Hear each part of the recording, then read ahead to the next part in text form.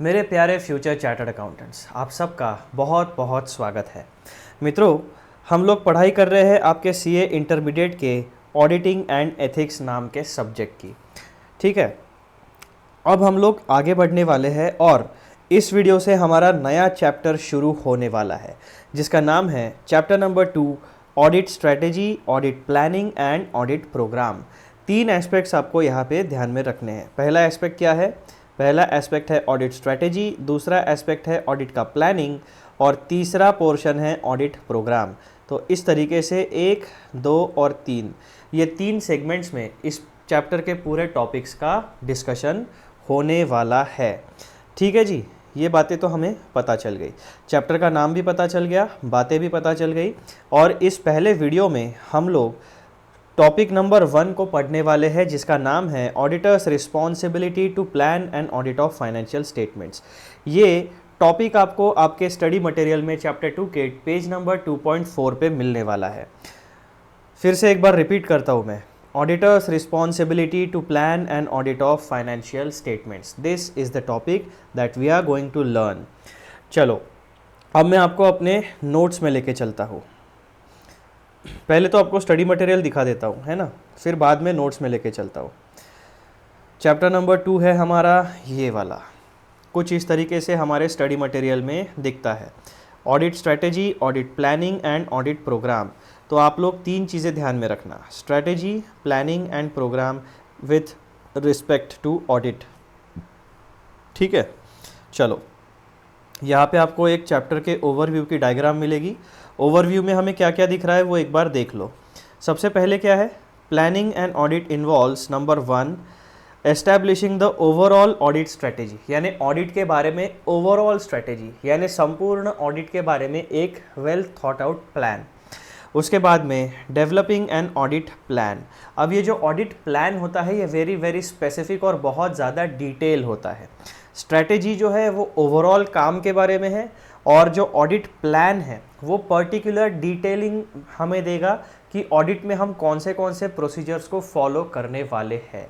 तो strategy overall काम के लिए और ऑडिट का प्लान स्पेसिफिक जितने भी स्टेप्स हम ऑडिट में फॉलो करने वाले हैं उसके बारे में डिटेल्स। ये बेसिक चीज़ आपको पता चल गई। उसके बाद देखो क्या कहते हैं ये लोग, the auditor should plan his work to enable him to conduct an effective audit in an efficient and timely manner. तो जब भी हम ऑडिट का काम करते हैं 2-3 बातें हमारे लिए इंपॉर्टेंट होती है। सबसे पहले ऑडिट जो है इफेक्टिव होना चाहिए, एफिशिएंट होना चाहिए एंड टाइमली होना चाहिए। Then plans should be based on knowledge of clients business. Basically इसका मतलब होता है कि हम जिस एंटिटी का, जिस बिजनेस के फाइनेंशियल स्टेटमेंट्स का ऑडिट करने वाले हैं, उसको वेरीफाई करने वाले हैं, उसके ऊपर अपना ओपिनियन देने वाले हैं, तो हम उन्हीं चीज़ों के ऊपर अपना एक्सपर्ट ओपिनियन दे सकते हैं जिन फील्ड्स के बारे में हमें नॉलेज है। अगर एज अ चार्टर्ड अकाउंटेंट मुझे इंजीनियरिंग या टेक्नोलॉजी का नॉलेज नहीं है तो मैं उस पर अपना ऑडिट रिपोर्ट नहीं दे सकता। मुझे नॉलेज क्या है, P&L, balance sheet, financial statement, standards on auditing, accounting, companies act, income tax act, GST act, ये मेरे कॉम्पिटेंस और स्किल के स्कोप में आता है। तो इससे रिलेटेड जितनी भी चीज़ें हैं जो क्लाइंट के बिजनेस के ऊपर इम्पैक्ट डालती है वो मुझे पता होनी चाहिए। देन पॉइंट नंबर 3 में हमें क्या पता चलेगा, plans should be further developed and revised as necessary during the course of audit. That means ये जो हमारा ऑडिट का प्लान है, ऑडिट का प्रोग्राम है, ऑडिट की स्ट्रैटेजी है, ये फ्लेक्सिबल होती है, ये रिजिड नहीं होती है। ज़रूरत के हिसाब से हम अपने ऑडिट प्लान को रिवाइज कर सकते हैं। ये कुछ बेसिक बातें आपको चैप्टर की यहाँ पे मिलेगी। ठीक है, तो हमने इनिशियल डायग्राम देख लिया। अब ये जो स्टोरी चैप्टर नंबर 1 में हमारी शुरू हुई थी, इंस्टीट्यूट ने एक मेटाफॉर लिया है जिसका नाम है समीर। उस मेटाफॉर को बेस बना के एक छोटी सी ऑडिट की स्टोरी हमें इंस्टीट्यूट बताना चाहता है। अब इस स्टोरी में हमें कोई इंटरेस्ट नहीं है, आप लोग ये जनरल स्टोरी पढ़ सकते हो टू गेट द बैकग्राउंड, लेकिन यहाँ पे एक्सप्लेनेशन जैसा कुछ नहीं है तो मैं आपको ये एक्स्ट्रा एक्सप्लेनेशन नहीं दूंगा। हमारा काम शुरू होगा पेज नंबर 2.4 से। पेज नंबर 2.4 पे आपको सबसे पहला टॉपिक आपका दिखेगा, auditors responsibility to plan and audit of financial statements. अब ये जो टॉपिक है पेज नंबर 2.4 से शुरू होता है। ठीक है, पूरा पेज है। उसके बाद में 2.5, 2.6, हाँ, तो 4, 5, 6 3 पेजेस का कंटेंट हमारे पास है। इस कंटेंट का एज़ यूजुअल हमने क्या किया, पहले पूरा स्टडी किया, सारे के सारे टॉपिक्स के की पॉइंट्स को आइडेंटिफाई किया, और इंस्टीट्यूट ने जैसे पैराग्राफ फॉर्मेट्स में हमें दिया हुआ है उन पैराग्राफ फॉर्मेट्स में हमने प्रॉपरली हेडिंग प्रोवाइड करके आपका सारा का सारा कंटेंट नोट्स में ऑर्गेनाइज किया है। तो हम पढ़ाई कहाँ से करेंगे, बेस मटेरियल हमारा इंस्टीट्यूट का स्टडी मटेरियल है, इसको बेस बना के इससे अच्छा एक्सप्लेनेशन डेवलप करके हम लोगों ने आपके लिए नोट्स को प्रिपेयर किया है। और ये है आपके चैप्टर 2 के notes, chapter number 2, audit strategy, audit planning and audit program. तो मित्रों, सबसे पहला जो टॉपिक हमारा है वो है auditors responsibility to plan and audit of financial statements. यानी एक ऑडिटर जो है, जब भी वो कोई ऑडिट करने जाएगा, जब भी वो कोई पर्टिकुलर ऑडिट एंगेजमेंट एक्सेप्ट करेगा, तो उसकी एक रिस्पॉन्सिबिलिटी होती है। वो रिस्पॉन्सिबिलिटी क्या होती है, जो ऑडिट का काम आप लोग करने वाले हो उसको अच्छे तरीके से प्लान करो।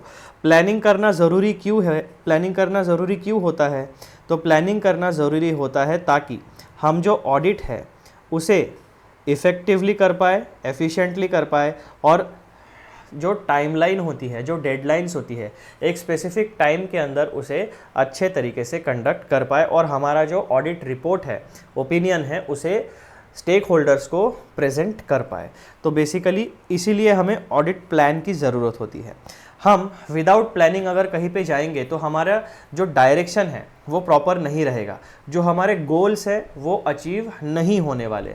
अब जैसे कॉमन सेंस वाले अगर हम कुछ एग्जांपल्स लेते हैं, तो हम कोई वैकेशन प्लान करते हैं, कोई जर्नी प्लान करते हैं, तो जर्नी हम कैसे, मुंह उठा के चले जाते हैं रेलवे स्टेशन पे? नहीं। मुंह उठा के बस स्टैंड पे चले जाते हैं? नहीं। हम क्या करते हैं, पहले देखते हैं कि हमारा जर्नी क्या है, कहाँ से शुरू होगी, कहाँ पे जाना है, वहाँ पे जाने के लिए एयर ट्रैवल सबसे बढ़िया है, रेलवेज़ बढ़िया है, या रोड ट्रैवल बढ़िया है। ठीक है, टिकट्स अवेलेबिलिटी कहाँ की है, प्राइस कंपेयर करते हैं, सबसे बेस्ट अफोर्डेबल प्राइसिंग क्या है, उसका हम बुकिंग करते हैं।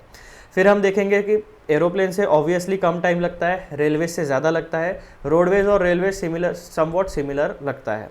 अब रेलवेज़ की अवेलेबिलिटी, टिकट्स की अवेलेबिलिटी, और हमें जिस डेस्टिनेशन ए से डेस्टिनेशन बी तक जाना है वहाँ पे अच्छा रोड इंफ्रास्ट्रक्चर है या नहीं, पेट्रोल पंप्स या ईवी चार्जिंग स्टेशंस अवेलेबल है या नहीं, इन सारी चीज़ों का हम पहले प्लानिंग यानी बेसिकली एक विजन डेवलप करते हैं। उसके बाद में जिस वैकेशन डेस्टिनेशन पे हम लोग जाने वाले हैं वहाँ पे रहने की, खाने की सारी फैसिलिटीज़ है या नहीं है, ये हम बेसिक देखते हैं।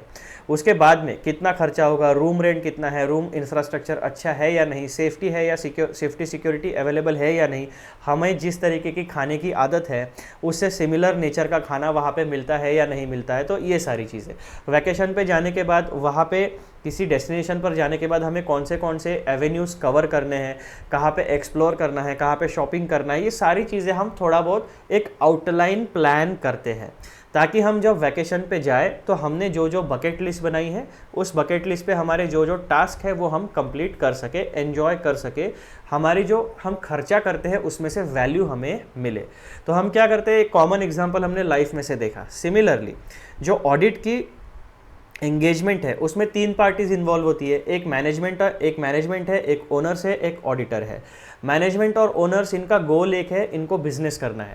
लेकिन बिजनेस करने के लिए जहाँ पे भी आप जिस देश में भी बिजनेस करोगे वहाँ पे कुछ बिजनेस लॉज होते हैं, कमर्शियल लॉज होते हैं, कुछ फाइनेंशियल लॉज होते हैं, उनको फॉलो करके आपको अपना बिजनेस कंडक्ट करना पड़ता है।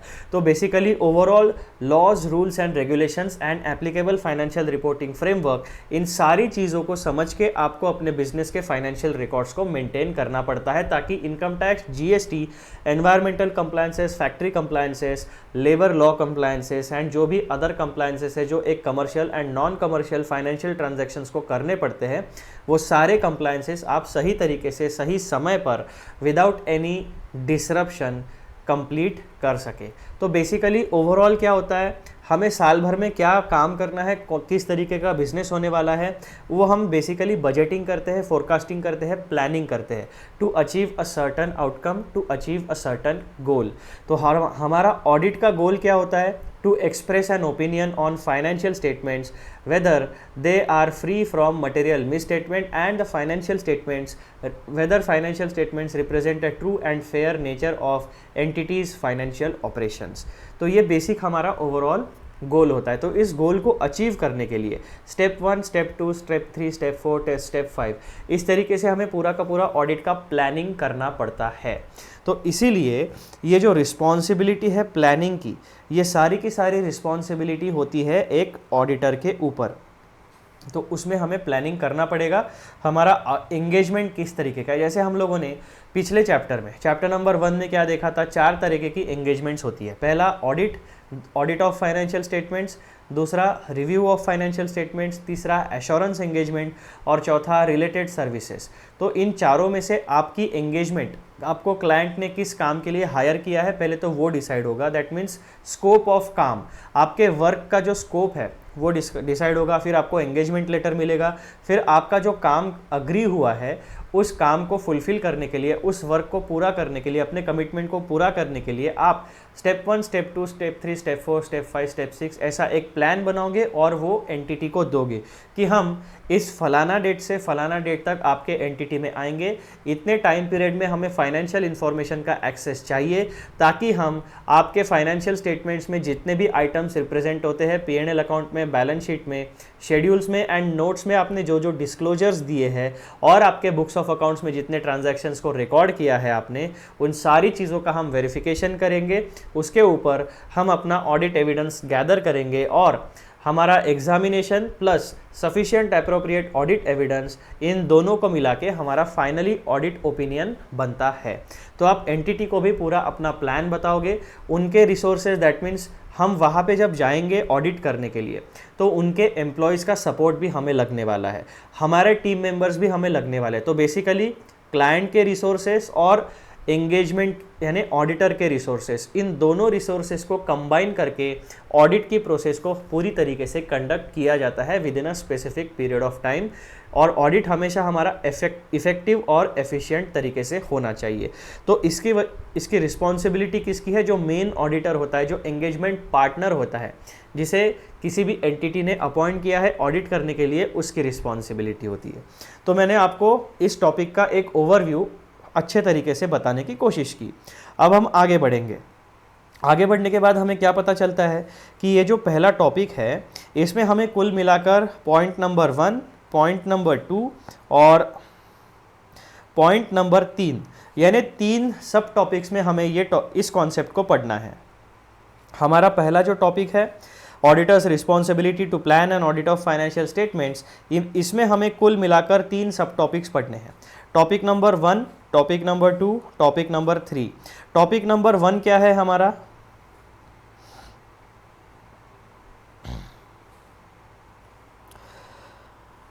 मित्रों हमारा टॉपिक नंबर 1 है why planning and audit is necessary, यानी ऑडिट को प्लान करना नेसेसरी क्यों है, ज़रूरी क्यों है।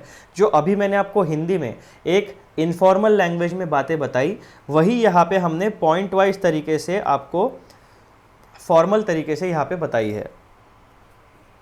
Why planning and audit is necessary, यानी ऑडिट को प्लान करना ज़रूरी क्यों है। तो सबसे पहले इट एस्टैब्लिशेस क्लियर ऑब्जेक्टिव, जो हमारे एंगेजमेंट का ऑब्जेक्टिव है वो क्लियर हो जाता है, हमारा पर्पस क्या है।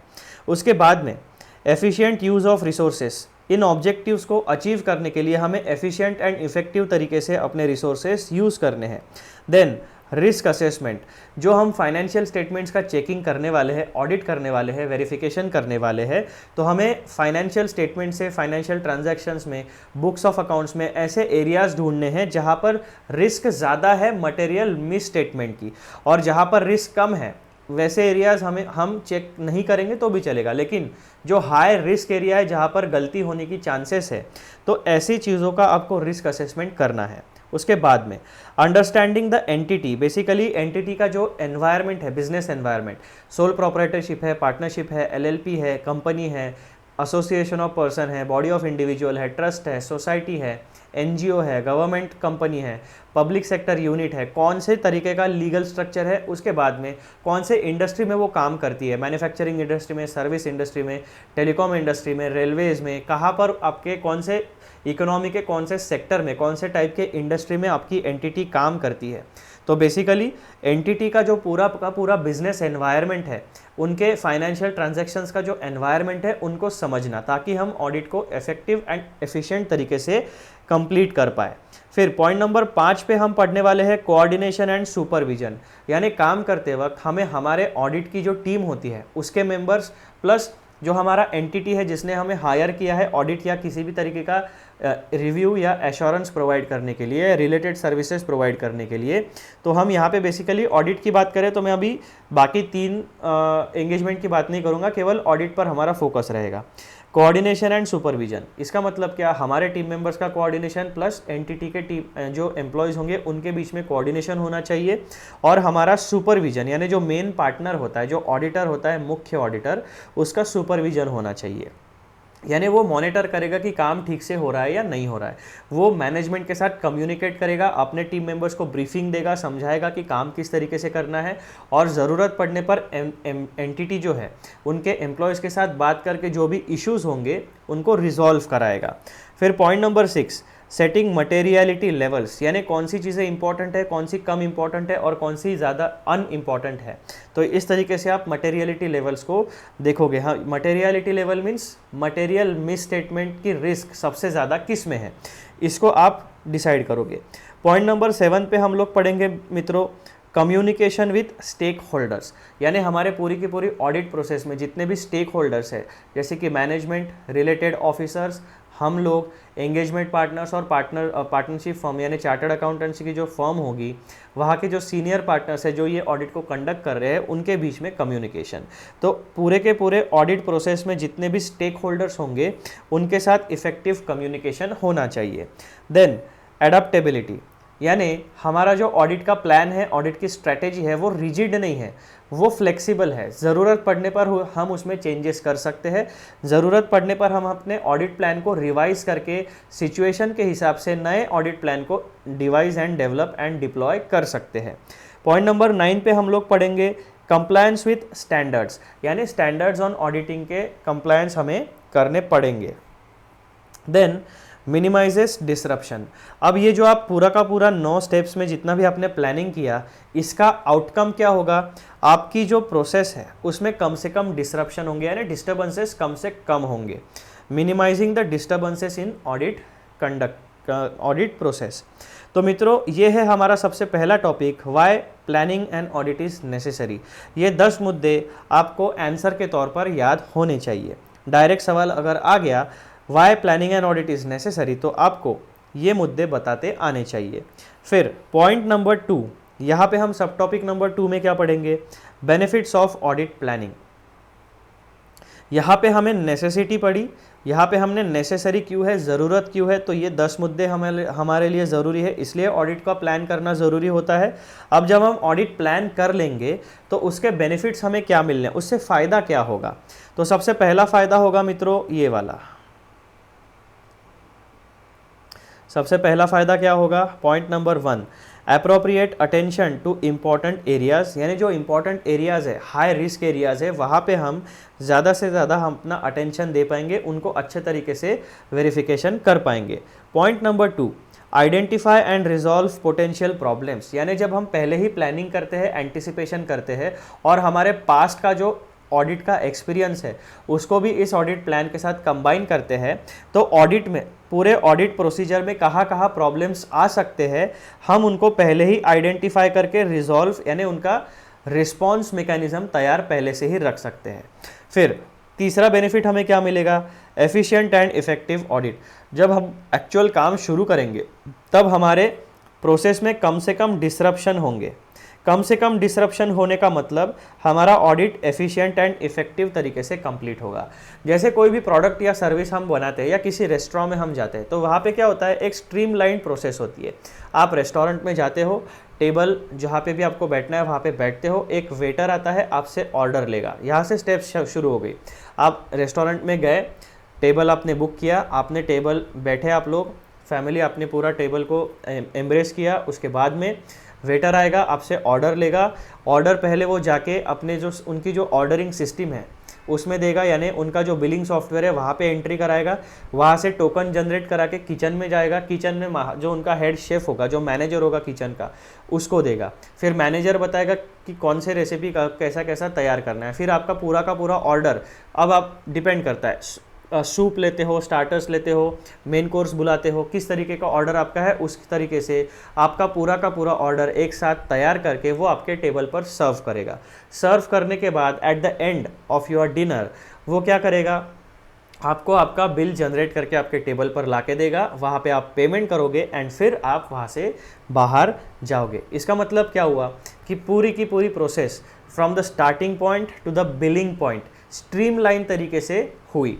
हर प्रोसेस पे प्रॉपरली लोगों को अपॉइंट किया गया। वेटर का काम अलग है, किचन में काम करने वालों का काम अलग है, that means separation of duties and their expertise is different. उसके बाद में जो क्लीनिंग स्टाफ होता है उनका काम अलग है, जो ओवरऑल क्लीनिंग करते हैं उनका काम अलग है, जो टेबल का क्लीनिंग करते हैं उनका काम अलग है। टेबल से आपकी प्लेट उठा के जब धोने के लिए जाएगी, वॉशिंग के लिए जाएगी, तो वो लोग अलग से काम करते हैं। तो बेसिकली क्या हुआ, पूरी की पूरी प्रोसेस को अच्छे तरीके से उन्होंने ऑर्गेनाइज किया। इसकी वजह से क्या होता है कि टेबल टर्न अराउंड टाइम, यानी जितना जल्दी आप कस्टमर को सर्व करोगे उतना जल्दी कस्टमर खाना खा के टेबल खाली कर देगा और निकल जाएगा। टेबल खाली होने के बाद आप दूसरे कस्टमर को एड्रेस कर सकते हो। तो रेस्टोरेंट का जो बिजनेस होता है वो टेबल टर्नओवर टाइम, यानी कम से कम समय में ज़्यादा से ज़्यादा कस्टमर्स को हम किस तरीके से खाना सर्व कर पाए, इस पर उनका रेवेन्यू एंड प्रॉफिट डिपेंड करता है। तो इसी तरीके से हम अगर इस लॉजिकल फ्रेमवर्क को ऑडिट की प्रोसेस में लेके आए, तो ऑडिट जब हमारे एंटिटी है वो हमें अपॉइंट करती है ऑडिट करने के लिए 31 मार्च के बाद। 31 मार्च के बाद हमारा ऑडिट शुरू होगा, हमें फाइनेंशियल स्टेटमेंट्स दिए जाएंगे और हमें बताया जाएगा कि विद इन 40 डेज 45 डेज आपको अपना ऑडिट रिपोर्ट देना है। क्यों? क्योंकि आपका ऑडिट रिपोर्ट आने के बाद मैनेजर्स का जो भी रिपोर्ट रहेगा वो बनेगा और सारी चीज़ें कंपाइल करके एनुअल जनरल मीटिंग में या जो भी उनका फाइनेंशियल स्टेटमेंट्स का प्रिपरेशन और प्रेजेंटेशन का डेट होगा, उस डेट को उन्हें वो फाइनेंशियल स्टेटमेंट्स प्रेजेंट करने हैं अपने शेयर होल्डर्स के आगे। तो ये पूरा का पूरा जो प्रोसेस है एक दूसरे से कनेक्टेड है। पहले पूरे साल भर में फाइनेंशियल ट्रांजैक्शंस होंगे, ट्रांजैक्शंस को साल भर रिकॉर्ड किया जाएगा, रिकॉर्ड करने के बाद इंटरिम फाइनेंशियल स्टेटमेंट्स बनते जाएंगे, weekly reports, monthly reports, quarterly reports, 6 monthly report and annual financial statements. इस तरीके से पीरियोडिकल रिपोर्टिंग होते रहेगा। 31 मार्च के बाद जल्द से जल्द with in 15 days 30 days 15 to 30 days financial statements का पहला ड्राफ्ट तैयार होकर ऑडिटर्स के पास चला जाएगा। In corporate sector auditor management के साथ साथ जो उनका इंटरनल अकाउंटिंग डिपार्टमेंट होता है उसी के साथ साथ बड़े कॉर्पोरेट जो होते हैं वो इंटरनल ऑडिटर को भी हायर कर लेते हैं, ताकि जो हमारा अकाउंटिंग डिपार्टमेंट है उसका काम साथ साथ क्रॉस वेरीफाई होता चले और जब स्टैट्यूटरी ऑडिटर को हम अपॉइंट करते हैं तब उन्हें वेल वेरीफाइड इंटरनल ऑडिटर के रिपोर्ट के साथ हम फाइनेंशियल स्टेटमेंट्स प्रोवाइड कर सके। और वहाँ से फिर हमारे स्टैट्यूटरी ऑडिट का प्रोसेस शुरू होता है। फिर स्टैट्यूटरी ऑडिट रिपोर्ट आने के बाद पूरे के पूरे रिपोर्ट्स फाइनेंशियल स्टेटमेंट के साथ कंपाइल करके एक बुकलेट बना के शेयर होल्डर्स को प्रेजेंट किए जाते हैं। तो ये पूरी की पूरी जो प्रोसेस है इसे एफिशिएंट एंड इफेक्टिव होना चाहिए, तभी हम टाइमली मैनर में सारे काम कर सकेंगे, कम से कम कॉस्ट में सारे प्रोसेसेस और ऑडिट को फुलफिल करके फाइनलाइज कर सकेंगे। अब कोई भी जो काम करता है, जैसे जो ऑडिटर है उसकी कमाई क्या होगी, जो उसको प्रोफेशनल फ़ीस मिलेगी। प्रोफेशनल फ़ीस में उसका अपॉर्शनमेंट होगा। प्रोफेशनल फ़ीस में उसको एक बल्क अमाउंट दी जाएगी। उस बल्क अमाउंट में से जितने भी एंगेजमेंट मेंबर्स हैं, यानी ऑडिट के टीम में जो मेंबर्स हैं, उनका डेली उसके ऊपर यानी उनको सैलरी उस प्रोफेशनल फ़ीस में से दी जाएगी। अगर आप एक्सपर्ट को हायर करते हो तो वहीं से वो चीज़ें आपको पे करनी पड़ेगी। तो आपका क्या होगा, कॉस्ट प्लस प्रॉफिट, यानी अगर आपने टाइमली मैनर में ऑडिट कंप्लीट किया तो प्रोफेशनल ऑडिटर जो है उसका भी प्रॉफिट मार्जिन ठीक ठाक रहेगा। जितना ज़्यादा लंबा आप प्रोसेस करोगे उतने ज़्यादा मैन आवर्स आपको यानी लोगों को काम पे लगाना पड़ेगा, उतने ज़्यादा डेली वेजेस आपको देने पड़ेंगे, ऑडिट का खर्चा बढ़ते जाएगा और प्रॉफिट मार्जिन कम होते जाएगी। तो इस तरीके से एफिशिएंट एंड इफेक्टिव जो है वो throughout the audit process हर एक एस्पेक्ट में एफिशिएंसी एंड इफेक्टिवनेस होना चाहिए। फिर ये होता है आपका benefit of planning the audit. उसके बाद क्या होगा, उसके बाद मित्रों चौथा पॉइंट आपका है सिलेक्शन ऑफ टीम मेंबर्स। किस तरीके का ऑडिट है, उस ऑडिट को कौन सा टीम मेंबर बढ़िया तरीके से हैंडल कर पाएगा, कौन से टीम मेंबर के पास कौन सा एक्सपर्टीज़ है।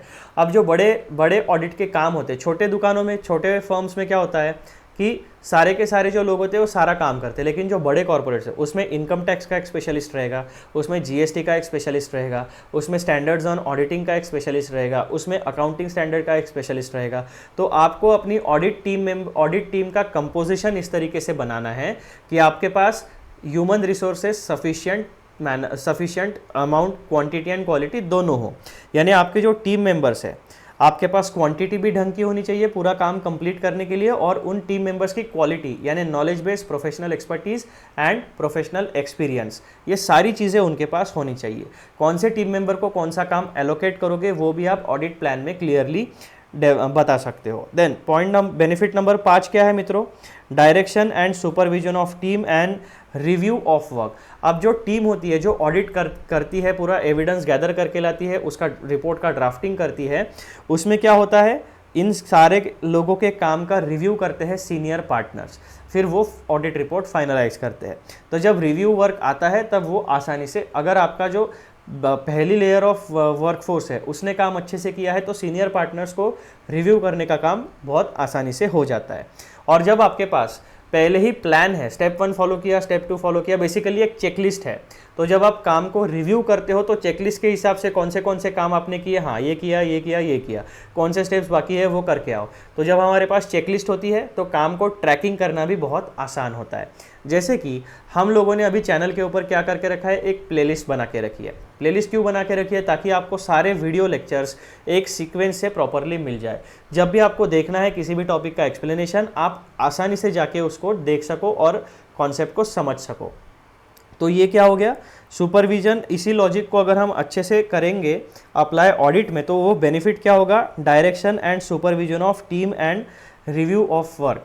तो जब आपके पास प्रॉपर चेकलिस्ट है, प्रॉपर प्लान है, तो आप सुपरविजन और रिव्यू का जो काम है वो अच्छे तरीके से कर पाओगे। बेनिफिट नंबर 6 क्या है वहाँ पर, coordination with other auditors and experts. तो काम करते समय आपको बहुत सारे लोगों के साथ कम्युनिकेट करना पड़ेगा, कोऑर्डिनेट करना पड़ेगा। तो उसमें आपके टीम मेंबर्स हो गए, और अगर आपने कोई एक्सटर्नल एक्सपर्ट को हायर किया किसी स्पेसिफिक इशू के लिए तो उसके साथ भी आपको कोऑर्डिनेट एंड कम्युनिकेट करने में आसानी होगी। तो मित्रों ये है बेनिफिट्स। क्वेश्चन डायरेक्टली आ सकता है कि ऑडिट के बेनिफिट्स क्या है बताओ, तो ये 6 बेनिफिट्स आपको लिखते आने चाहिए, ठीक है। फिर तीसरा टॉपिक हमारा आता है ये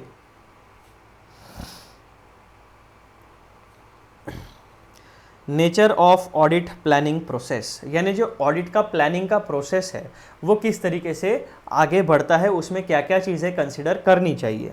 तो सबसे पहले ऑडिट के ये जो ऑडिट प्लानिंग का प्रोसेस है उसका नेचर कैसा है, उसका नेचर है continuous and iterative, that means continuous and repetitive. एक साल का, अभी पिछले साल का फाइनेंशियल ईयर ख़त्म हुआ यानी 2023-24 ख़त्म हुआ, अभी ऑडिट प्रोसीजर शुरू है।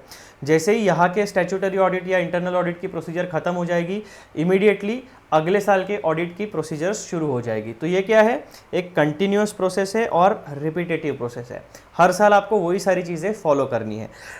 उसके बाद में पॉइंट नंबर 2 में आपको क्या सीखने को मिलेगा, इनिशियल कंसिडरेशंस, यानी जो ऑडिट का प्लान है वो प्लानिंग करते वक्त आपको इनिशियली कौन से फैक्टर्स को कंसिडर करना है, वो सारी बातें। सबसे पहले एनालिटिकल प्रोसीजर्स कंसिडर करोगे आप। दूसरा अंडरस्टैंडिंग, यानी एनालिटिकल प्रोसीजर्स यानी आप कौन से प्रोसीजर्स ऑडिट के दौरान फॉलो करने वाले हो, रिस्क असेसमेंट किस तरीके से करने वाले हो, वो सारी बातें। पॉइंट नंबर 2 में आपको सीखना है मित्रों, understanding legal and regulatory framework. आप जिस एंटिटी का ऑडिट करने जा रहे हो, जिस एंटिटी के फाइनेंशियल स्टेटमेंट्स आप ऑडिट करने जा रहे हो, उस एंटिटी का लीगल स्टेटस क्या है, that means sole proprietorship, LLP, companies act, और उस एंटिटी को रेगुलेटरी फ्रेमवर्क कौन सा अप्लाई होता है। अब रेगुलेटरी फ्रेमवर्क मित्रों आप कैसे समझोगे, तो जैसे टेलीकॉम रेगुलेटरी अथॉरिटी है इंडिया में, insurance regulation and development authority है IRDAI जो इंश्योरेंस सेक्टर को रेगुलेट करती है, RBI है जो बैंकिंग सेक्टर को रेगुलेट करती है। तो ये हो गए इंडस्ट्री रेगुलेटर्स। तो जो इंडस्ट्री रेगुलेटर्स है वो उस स्पेसिफिक इंडस्ट्री के लिए रिपोर्टिंग स्टैंडर्ड्स बनाते हैं, उन स्पेसिफिक इंडस्ट्रीज़ के लिए बहुत सारे कंप्लायंसेस बनाते हैं। तो आपको ट्राई के क्या क्या, अगर आप टेलीकॉम कंपनी को ऑडिट करते हो तो telecom regulatory authority of India ने क्या क्या रूल्स, रेगुलेशंस, सर्टिफिकेशंस, नोटिफिकेशंस बना के रखे वो पता होने चाहिए। बैंक में जाते हो तो आरबीआई प्लस बैंकिंग, इनके जो एक्ट्स है, स्टैट्यूटरी एक्ट है, जो आरबीआई के अलग अलग सर्कुलर्स, नोटिफिकेशंस आते रहते हैं, उनके फाइनेंशियल स्टेटमेंट्स के फॉर्मेट से अलग अलग, वो आपको पता होने चाहिए। अगर आप इंश्योरेंस कंपनी को ऑडिट करते हो तो IRDAI, insurance regulatory authority of India, इसने उस पर्टिकुलर सेक्टर के लिए क्या क्या कंप्लायंसेस, लॉज, रूल्स, रेगुलेशंस बना के रखे हैं, उस हिसाब से आपको उनके फाइनेंशियल स्टेटमेंट्स को चेक करना पड़ेगा। तो इसकी वजह से क्या होता है कि जो आपकी एंटिटी है वो एंटिटी के बारे में आपको प्रॉपर इन्फॉर्मेशन होनी चाहिए। पॉइंट नंबर 3 में आप क्या कंसिडर करोगे? Determination of materiality, that means the chance of audit risk, यानी मटेरियल मिस स्टेटमेंट का रिस्क कहाँ पे है।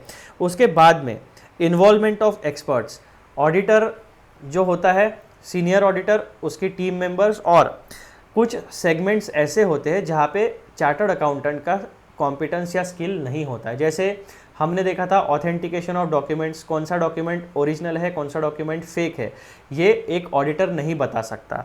उसके बाद में जो मशीनरीज होती है, उसके जो इंजीनियरिंग एस्पेक्ट है वो हमारे कॉम्पिटेंस के बाहर होते हैं। ठीक है, तो इस तरीके से बहुत सारे इश्यूज़ हैं जहाँ पे हमारा नॉलेज बेस नहीं है। हमारा नॉलेज बेस क्या है? अकाउंटिंग, जो हमने इंटरडिसिप्लिनरी नेचर ऑफ ऑडिटिंग पढ़ा था चैप्टर नंबर 1 में, उसमें कौन से सेगमेंट्स थे?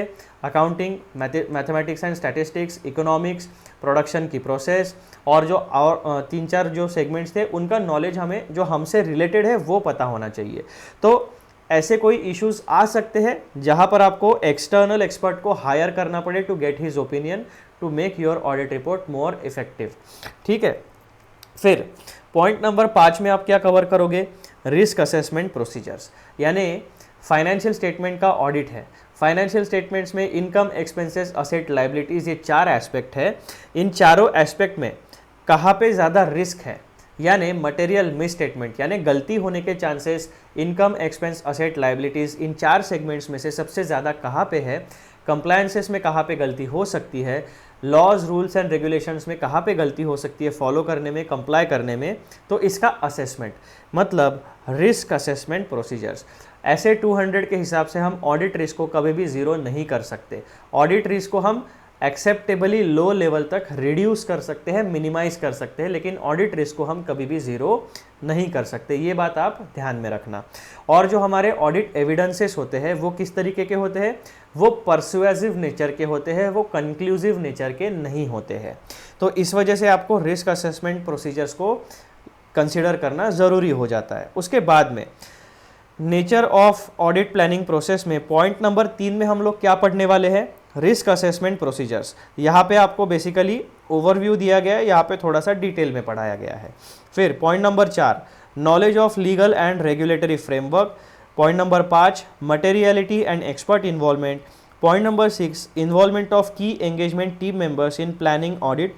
Point number 7 discussion of elements of planning with entities management. And point number 8, ये पूरा का पूरा जो पॉइंट नंबर 1 से लेकर 7 तक हमने पढ़ा, उसका एक प्यारा सा कंक्लूजन। तो इस तरीके से मेरे प्यारे फ्यूचर चार्टर्ड अकाउंटेंट्स, हमें टॉपिक नंबर 1 की पढ़ाई करनी है इन 1, 2 और 3 सब टॉपिक्स में। अब हम लोग आते हैं हमारे नोट्स में और शुरू करते हैं धड़ाधड़, यानी बढ़िया तरीके से इसकी पढ़ाई। ठीक है,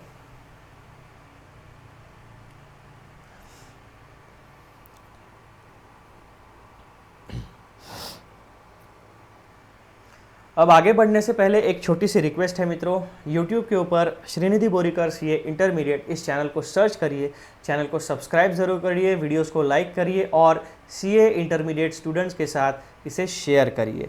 ठीक है, चलो अब हम लोग वापस आते हैं हमारे नोट्स में और हमारी पढ़ाई को शुरू करते हैं।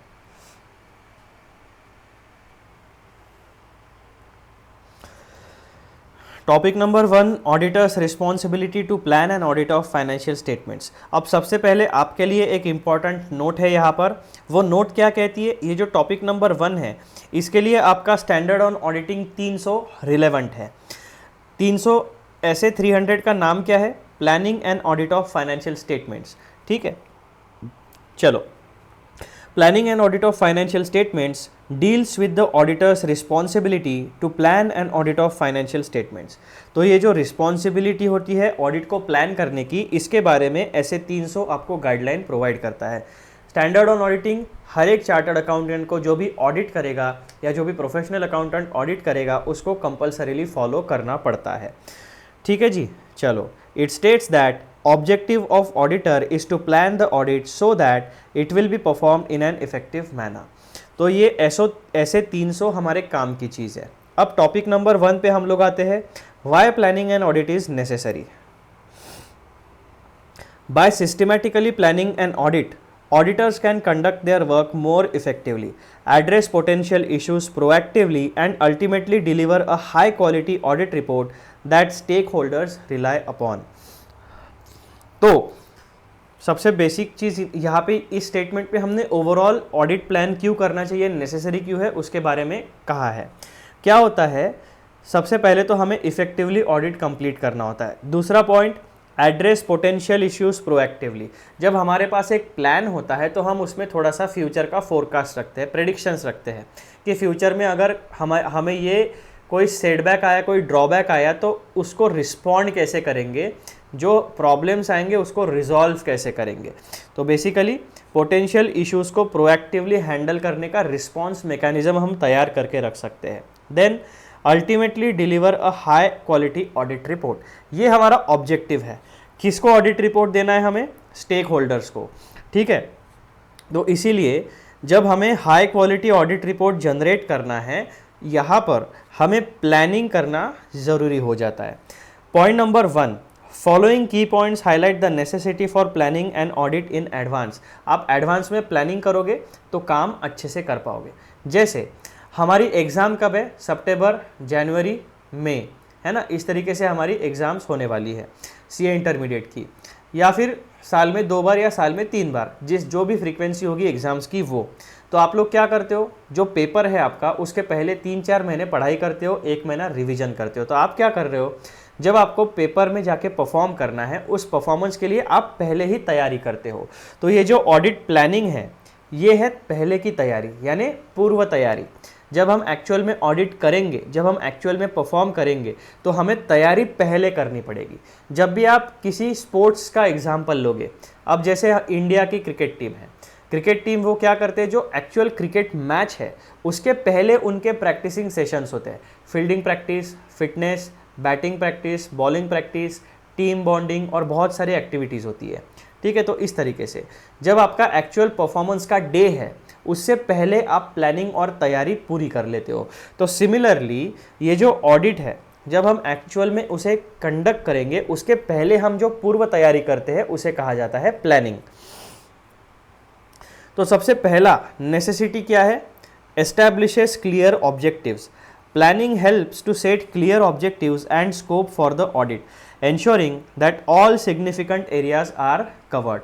यानी फाइनेंशियल स्टेटमेंट्स में इनकम, एक्सपेंस, असेट, लाइबिलिटी, ये जो इनमें जितने भी सिग्निफिकेंट एरियाज है, जितने भी कंप्लायंसेस है लॉज, रूल्स एंड रेगुलेशंस के साथ, वो हमने प्रॉपरली चेक किए। यहाँ पे कीवर्ड्स क्या है आपके लिए? Objective and scope. ठीक है, planning helps to set clear objective and scope for the audit. क्या काम करना है, स्कोप मीन्स क्या काम करना है। Point number 2, efficient use of resources. जितने भी रिसोर्सेज हमारे पास है, पैसा, टाइम, टीम मेंबर्स, इनका सही तरीके से इस्तेमाल करके इफेक्टिव एंड एफिशिएंट तरीके से ऑडिट करना है। Efficient use of resources, it allows for the sufficient allocation of resources including time, personnel and tools, ensuring that the audit is conducted effectively within the set timeline। यानी जो specific deadline है उस deadline में हमें audit complete करके audit report return format में properly stamping करके sign करके मैनेजमेंट को पहुंचानी है। तो प्लानिंग जब हम करते हैं तो हमारे जो रिसोर्सेस है उनको एफिशिएंट तरीके से हम इस्तेमाल कर पाते हैं। Point number 3, risk assessment. Planning involves identifying and assessing the risk of material misstatement. Planning की एक्टिविटी में क्या होता है?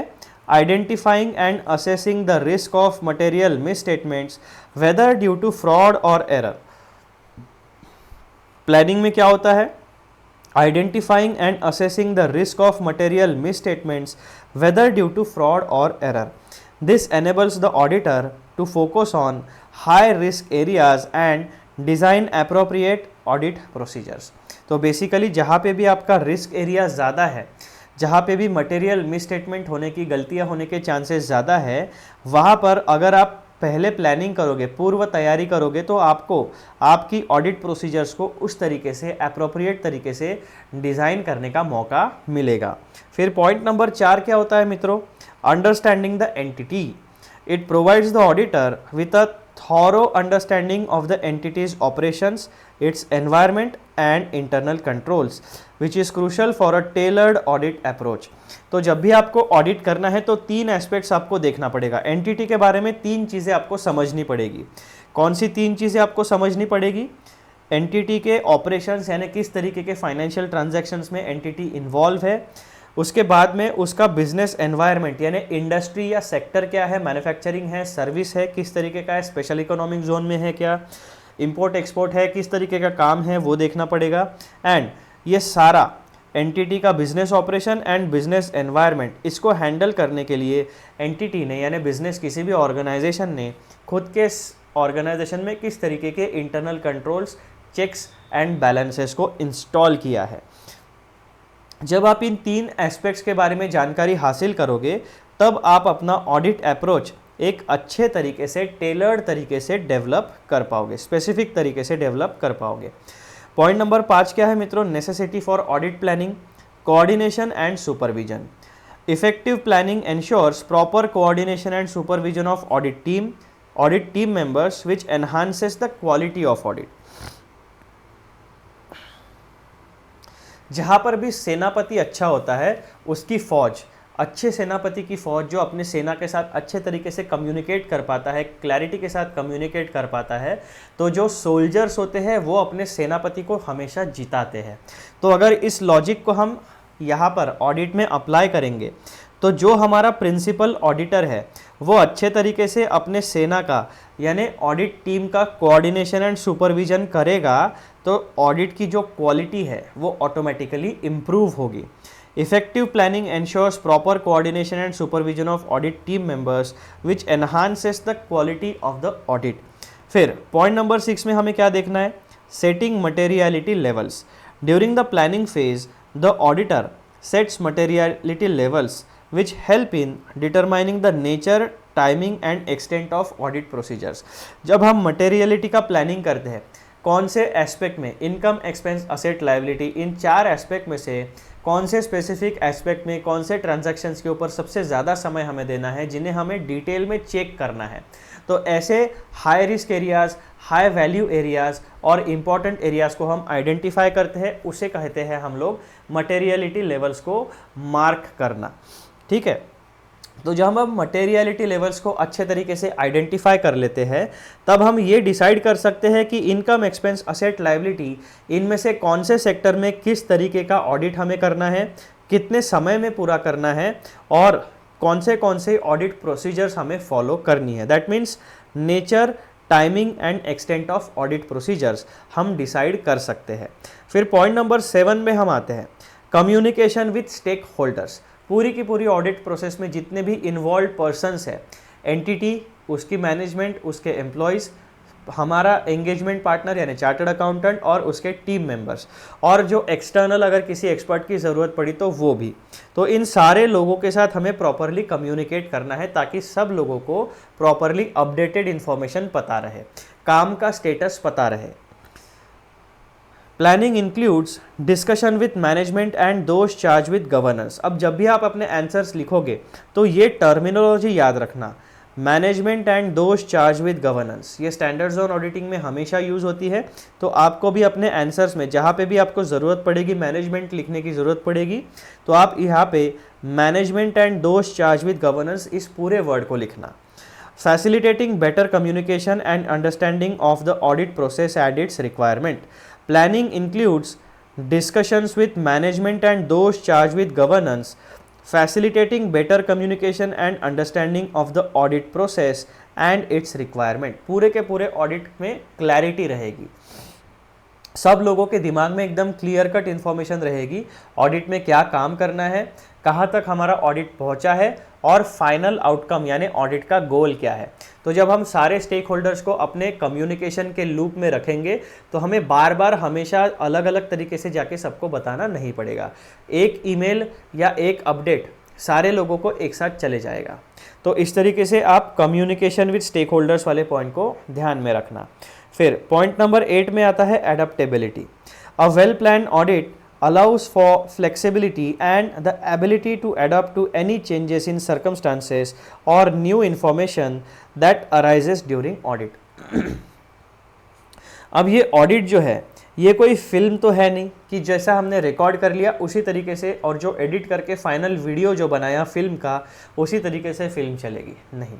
ये क्या होता है, लाइव सिचुएशन है। ऑडिट की जो सिचुएशन है वो एक अलाइव सिचुएशन है, रियल लाइफ सिचुएशन है। रियल लाइफ सिनेरियोज में अलग अलग तरीके से कोई भी इवेंट्स हो सकते हैं।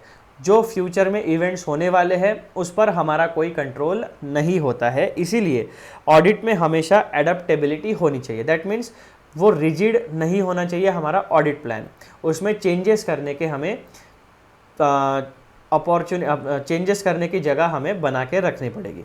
जैसा कि आपका इनकम टैक्स हो गया, कंपनीज एक्ट हो गया, जीएसटी हो गया, इसमें क्या होता है, एक बेयर एक्ट है और उसमें जैसे जैसे टाइम इवॉल्व होता है उसमें अमेंडमेंट्स आते जाते हैं। तो अमेंडमेंट्स क्या है, वो अमेंडमेंट्स बेसिकली एडेप्टेबिलिटी है उन पर्टिकुलर स्टैट्यूट्स की। अब ऑडिट के ऊपर आते हैं। A well plan audit allows for flexibility and the ability to adapt any changes in circumstances or new information that arises during the audit। तो अगर ऑडिट में हमें कोई स्पेसिफिक चीज़ पता चली तो उसके बारे में अगर हमें लगता है कि और डिटेल में इसको वेरीफाई करना है तो हमारे ऑडिट प्रोसीजर्स थोड़े से बढ़ जाएंगे। तो कुछ भी हो सकता है, तो ऑडिट को बराबर तरीके से एड्रेस करने के लिए आपको एडेप्टेबिलिटी लगेगी। अब ऐसा हो सकता है कि आपने क्या अज्यूम किया कि मैनेजमेंट ने फाइनेंशियल स्टेटमेंट्स प्रिपेयर किए, उसको प्रेजेंट किया, इंटरनल ऑडिटर जो है उसने मैनेजमेंट के काम को पहले क्रॉस वेरीफाई किया हुआ है और इंटरनल ऑडिट रिपोर्ट को बनाया हुआ है, और जो स्टैट्यूटरी ऑडिटर है उसको जब फाइनेंशियल स्टेटमेंट्स मिलते हैं तो उसके हाथ में जो फाइनेंशियल स्टेटमेंट्स मिलेंगे उसमें मैनेजमेंट का भी साइन होगा, इंटरनल ऑडिटर का भी साइन होगा और वो दूसरी बार क्रॉस वेरीफाई करेगा। तो ऐसे केसेस में क्या होता है कि जो स्टैट्यूटरी ऑडिटर है वो इंटरनल ऑडिटर के रिपोर्ट पर रिलाई करता है कोई कोई सेगमेंट्स में, लेकिन जब स्टैट्यूटरी ऑडिट का काम एक्चुअल में शुरू होता है तो अगर हमें डेटर्स की अमाउंट में कुछ झोल लगता है तो वो झोल को पूरी तरीके से रिजॉल्व करने के लिए हमें अपने ऑडिट के प्रोसीजर्स को ट्वीक करना पड़ेगा, यानी मटेरियलिटी लेवल्स को रीडिफाइन करना पड़ेगा, रिस्क एरियाज को रीडिफाइन, जहाँ पे भी हमें झोल दिखा वहाँ पे हमें हमारे ऑडिट प्रोसीजर्स को ट्यून इन करना पड़ेगा, यानी मटेरियलिटी लेवल्स को रीडिफाइन करना पड़ेगा, रिस्क एरियाज को रीडिफाइन करना पड़ेगा और उस हिसाब से उस पर्टिकुलर एरिया के लिए ऑडिट अलग से कंडक्ट करना पड़ेगा, यानी प्रोसीजर्स को एक्सटेंड करना पड़ेगा। फिर 9th वाला पॉइंट क्या होता है मित्रों, compliance with standards. It ensures that the audit complies with relevant auditing standards and legal requirements, maintaining the integrity means honesty and credibility of the audit process। यानी जो हमारे स्टैंडर्ड्स ऑन ऑडिटिंग है, जो institute of chartered accountants of India ने हमें issue किए हैं, वो फॉलो करने की पूरी जिम्मेदारी एक क्वालिफाइड चार्टर्ड अकाउंटेंट की होती है जो इंस्टीट्यूट का मेंबर है। बेसिकली स्टैंडर्ड्स ऑन ऑडिटिंग किन्हें फॉलो करने हैं, जो institute of chartered accountants of India के मेंबर हैं, जिनके पास ऑडिट रिपोर्ट पर साइन करने की अथॉरिटी है, जो ऑडिट रिपोर्ट पर साइन करते वक्त अपना मेंबरशिप नंबर लिखते हैं जो इंस्टीट्यूट उन्हें प्रोवाइड करता है। ऐसे प्रोफेशनल्स को हमेशा जितने भी स्टैंडर्ड्स हैं जो हमारे इंस्टीट्यूट ने इशू किए हैं, सीए इंस्टीट्यूट ने, वो फॉलो करना मैंडेटरी होता है। तो यहाँ पर इस केस में क्या मैंडेटरी है, स्टैंडर्ड्स ऑन ऑडिटिंग यानी engagement standards and quality control standards. It ensures that the audit complies with relevant auditing standards and legal requirements. तो कोई लीगल रिक्वायरमेंट्स भी होगी उनको भी हमें फॉलो करना है। Maintaining the integrity and credibility of the audit process. Point number 10, minimises disruptions, यानी हमारी जो ऑडिट की प्रोसेस है वो स्मूथली हो सके, उसमें ज़्यादा डिसरप्शंस ना हो।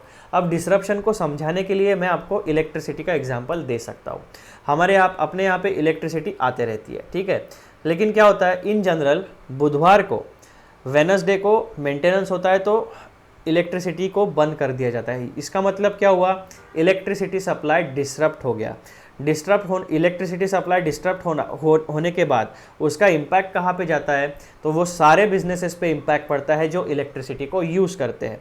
बेसिकली आपके शॉप्स, जो भी आपका छोटा मोटा मैन्युफैक्चरिंग होगा वहाँ पे, और जो भी आपके इलेक्ट्रिकल अप्लायंसेस होंगे वो नहीं चलेंगे। जिनके पास जनरेटर बैकअप है, जिनके पास एनर्जी बैकअप है, जिनके पास सोलर पैनल्स हैं, जिनके पास इन्वर्टर्स है, उनका एनर्जी सप्लाई डिस्टर्ब नहीं होगा। लेकिन जिनके पास बैकअप नहीं है उनका एनर्जी सप्लाई डिस्टर्ब होगा, और एनर्जी सप्लाई के ऊपर डिपेंडेंट जितनी भी एक्टिविटीज़ है वो सारी डिस्टर्ब हो जाएंगी। जैसे कि मैं एक ऑनलाइन एजुकेटर हूँ, ऑनलाइन एजुकेटर होने के नाते मेरे पास एक कैमरा है, एक लैपटॉप है, लाइट है, रूम में पंखा वगैरह शुरू है, वो शुरू है, माइक शुरू है। अब क्या होगा, अगर मेरा एनर्जी सप्लाई डिसरप्ट हो गया तो मेरा ये जो प्रोसेस है लेक्चर रिकॉर्ड करने का, ये डिसरप्ट हो जाएगा। यानी एक फैक्टर डिसरप्ट होने की वजह से उससे रिलेटेड जितने भी 3-4 फैक्टर्स हैं उनके ऊपर भी उसका इम्पैक्ट पड़ता है। तो यहाँ पर जो हमारी ऑडिट प्रोसीजर है, हम पूरे के पूरे ऑडिट प्लान में बहुत सारी अलग अलग प्रोसीजर्स फॉलो करते हैं। इनकम, एक्सपेंस, एसेट, लायबिलिटी, इन 4 एस्पेक्ट्स को पूरे की अच्छे तरीके से वेरीफाई करने के लिए, ऑडिट एविडेंस गैदर करने के लिए हम लोग अलग अलग प्रोसीजर्स को अप्लाई करते हैं। तो एक प्रोसीजर अगर डिसरप्ट होती है तो उसका इम्पैक्ट उससे कनेक्टेड सारे एरियाज़ पर पड़ता है। तो ऐसा ना हो, हमें कम से कम समय में ऑडिट कंप्लीट करना है, ऑडिट का टाइम एक्सटेंड ना हो, इसीलिए ये ज़रूरी है कि जो डिसरप्शंस है वो कम से कम होने चाहिए। Proper planning helps minimize disruptions to the client's operations by scheduling audit activities at convenient times and organizing the audit effectively। अब यहाँ पे एक और पॉइंट आपको ध्यान में रखना है कि जब भी हम ऑडिट करने जाएंगे तो हमारे रिसोर्सेज प्लस एंटिटी के रिसोर्सेज मीन्स ह्यूमन रिसोर्सेज दोनों को इन्वॉल्व होना पड़ता है। जो ऑडिटर होता है उसको क्लाइंट के जो ऑफिसर्स होते हैं उनसे कम्युनिकेट करने की ज़रूरत बार बार पड़ती है, रिकॉर्ड्स का एक्सेस मांगने की ज़रूरत बार बार पड़ती है, किसी पर्टिकुलर एस्पेक्ट का एक्सप्लेनेशन मांगने की ज़रूरत पड़ती है। तो ऐसे केसेस में क्या होता है कि जो एम्प्लॉई है कंपनी का, वो कंपनी ने उसे ऑडिट कराने के लिए हायर नहीं किया है, वो कंपनी के काम कराने के लिए हायर किया है। कंपनी के काम करने के साथ साथ ऑडिट एक एक्स्ट्रा एक्टिविटी होती है जो कंप्लायंस करना पड़ता है, उसको भी उसे फॉलो करना है। तो उसके जो डेली रूटीन के काम है, एम्प्लॉई जो है क्लाइंट का, उसके जो डेली रूटीन के काम है वो भी डिसरप्ट नहीं होने चाहिए और हमारा ऑडिट का काम भी साइमल्टेनियसली चलना चाहिए। तो इस तरीके से मित्रों डिसरप्शंस के बारे में हमारा पॉइंट नंबर 10 कंप्लीट होता है। तो आपको अभी मैं ये अज्यूम करता हूँ कि हमारे इस पूरे डिस्कशन के बाद ऐसे 300 में आपको प्लानिंग ज़रूरी क्यों है ऑडिट का, ये इन 9 मुद्दों में आपको पता चल गया। और 10वां मुद्दा आपको पता चल गया कि किसी भी तरीके से कोई डिसरप्शन हमारे प्रोसेस में नहीं होना चाहिए, क्योंकि उससे डिले होता है, काम करने में डिले होता है, ऑडिट रिपोर्ट प्रोवाइड करने में डिले होगा। डिले होने के बाद फर्दर स्टेक होल्डर्स यानी शेयर होल्डर्स को रिपोर्ट देरी से जाएगी, उनके इकोनॉमिक डिसीजंस डिले होंगे, बहुत सारी चीज़ें होती है। फिर पॉइंट नंबर 2 अभी हम यानी टॉपिक नंबर 2 हम पढ़ेंगे, benefits of audit planning. Adequate planning benefits the audit of financial statements in several ways including the following। अब जो ऑडिट का जब हम प्लानिंग करते हैं तो उसके बेनिफिट्स क्या है, तो 6 बेनिफिट्स हमने देखे थे। उसमें से पहला क्या है, appropriate attention to important areas. जितने भी हाई रिस्क एरियाज है, इंपॉर्टेंट एरियाज है इनकम, एक्सपेंस, असेट, लायबिलिटी में, उन्हें हम प्रॉपरली अटेंशन दे पाए, उनको अच्छे तरीके से वेरीफाई कर पाए। ठीक है, तो यहाँ पे पॉइंट नंबर 1 क्या आता है हमारा, focus on key areas. Adequate planning ensures that auditors allocate sufficient time and resources to areas with higher risk and importance. तो जो भी एरिया हायर रिस्क के है और इम्पॉर्टेंट एरियाज है इनकम, एक्सपेंस, असेट, लायबिलिटी में, और जो भी डिस्क्लोजर रिक्वायरमेंट्स है उनमें, तो ऑडिटर क्या करेगा, अच्छे से जब प्लानिंग करता है, adequate planning ensures that auditors allocate sufficient time and resources to areas with higher risk and importance। ये बात आपको पता चल जाती है। थोड़ा सा इसको छोटा कर लिया मैं, हाँ। फिर फोकस ऑन की एरिया, यानी जो की एरियाज है उसमें फोकस करने की एबिलिटी हम में आ जाती है। पॉइंट नंबर 2 क्या है यहाँ पर? Risk assessment bye evaluating the entities environment, यानी कौन सी इंडस्ट्री है, कौन से रूल्स एंड रेगुलेशंस है, कौन सी रेगुलेटरी अथॉरिटी इसे रेगुलेट करती है, ये सारी बातें। And operations, auditors can pin point high risk areas that require more rigorous examination. अब कोई कोई एरियाज ऐसे होते हैं इनकम एक्सपेंस असेट लाइबिलिटी में कि हम उन पर्टिकुलर एरियाज को छोड़ ही नहीं सकते, तो ऐसे एरियाज में रिस्क असेसमेंट का काम आपको करना पड़ेगा। ऐसे जो हाई रिस्क एरियाज है वहाँ पे ज़्यादा ऑडिट प्रोसीजर, ज़्यादा चेकिंग, ज़्यादा टीम मेंबर्स को लगाना पड़ेगा कि भैया इसको अच्छे से चेक करो, इसमें एक भी गलती नहीं होनी चाहिए, ठीक है। फिर पॉइंट नंबर 2 क्या आता है मित्रों? Identify and resolve potential problems, यानी भविष्य में ड्यूरिंग द ऑडिट प्रोसेस हमें क्या प्रॉब्लम्स आ सकते हैं और उन्हें रिजॉल्व यानी सॉल्व किस तरीके से करना है। तो जब हम ऑडिट को प्लान करते हैं तो हमें अर्ली डिटेक्शन मैकेनिज्म प्राप्त हो जाता है। वो क्या कहते हैं? Planning allows for early identification of potential issues और areas of concern, enabling auditors to address these problems before they escalate. जैसे कि हम मित्रों में अपना डिस्कशन करते हैं, फैमिली में अपना डिस्कशन करते हैं कि यार किसी की शादी है फैमिली में, तो हम क्या पूरा प्लानिंग करते हैं, हाँ ये इवेंट मैनेजर है, ऐसा खाना होगा, इतने बजे वहाँ पे पहुँचना है, इतने बजे बस आएगी, इतने बजे ये सारी चीज़ें होगी, फिर इतने बजे खाना शुरू होगा, ये सारी चीज़ें, हॉल इतने बजे छोड़ना है। तो यहाँ पे आप क्या करते हो?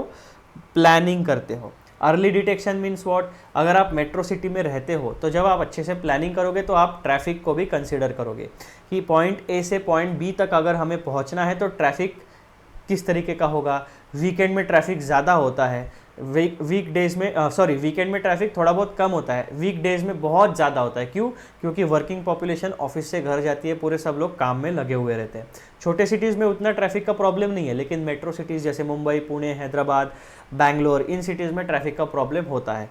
तो जब आप प्लानिंग करते हो तो कुछ ऐसे इश्यूज़ होते हैं जहाँ पे प्रॉब्लम्स आ सकते हैं, तो ऐसे प्रॉब्लम्स को सॉल्व करने के लिए ऑडिटर को प्लानिंग करने की ज़रूरत होती है।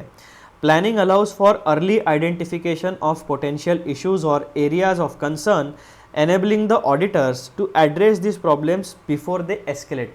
यानी प्रॉब्लम बहुत बड़ा होने से पहले हम उनको डिटेक्ट कर सकते हैं और सॉल्व कर सकते हैं, ठीक है।